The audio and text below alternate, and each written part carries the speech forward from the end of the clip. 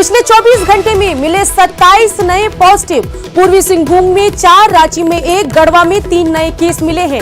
हजारीबाग में 4, रामगढ़ में 3, पश्चिम सिंहभूम में 3 केस मिले हैं। कोडरमा में 2, धनबाद में 3 और पाकुड़ में 4 पॉजिटिव मामले सामने आए। झारखंड के 22 जिलों में कोरोना वायरस फैल चुका है। झारखंड में अब तक 207 प्रवासी निकले हैं पॉजिटिव। तो बड़ी खबर झारखंड से जुड़ी आपको बता रहे हैं। कोरोना अपडेट झारखंड के लिए क्या कुछ है वो आप अपने टेलीविजन स्क्रीन पर देख रहे हैं। तो बता दें कि झारखंड में कोरोना मरीजों की संख्या बढ़कर 377 हो गई है और पिछले 24 घंटों की अगर हम बात करें तो 27 नए पॉजिटिव केस सामने आए हैं। पूर्वी सिंहभूम में 4, रांची में 1, गढ़वा में 3 नए केस सामने आए। इसके अलावा हजारीबाग में 4, रामगढ़ में 3, पश्चिम सिंहभूम में 3 केस, कोडरमा में 2, धनबाद में 3 और पाकुड़ में 4 पॉजिटिव मामले सामने आए हैं।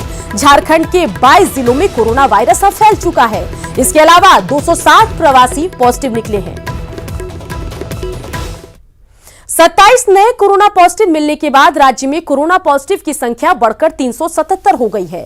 राज्य में कोरोना पीड़ितों की संख्या बढ़कर, जी हां, इनकी संख्या में भी बढ़ोतरी हुई है और इसका सबसे बड़ा कारण जो है वो प्रवासी मजदूरों को या जो बाहर से लोग पहुंच रहे हैं उनको माना जा रहा है, क्योंकि ये बड़ी संख्या में पॉजिटिव पाए जा रहे हैं।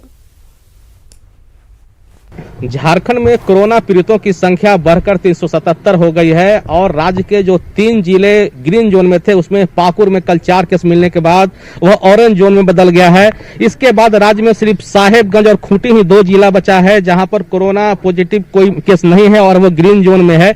जैसा कि पहले से आशंका व्यक्त किया जा रहा था कि प्रवासियों के आने के बाद कोरोना की जो संख्या है पीड़ितों की वो बढ़ेगी और ऐसा ही हुआ है।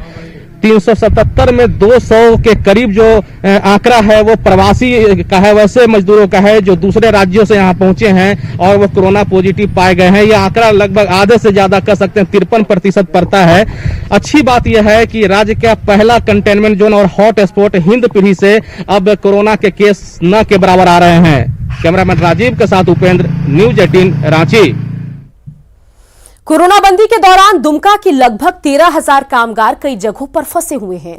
सरकार प्रवासी कामगारों को वापस ला रही है, लेकिन दुमका के 50 कामगार पड़ोसी देश नेपाल में फंसे हुए हैं। ये सभी नेपाल में एक निजी कंपनी द्वारा लाए जा रहे टावर में काम कर रहे हैं। जी हां, लगाए जा रहे टावर में काम कर रहे हैं। कोरोना की वजह से काम बंद है और ये सभी अपने देश लौटना चाहते हैं।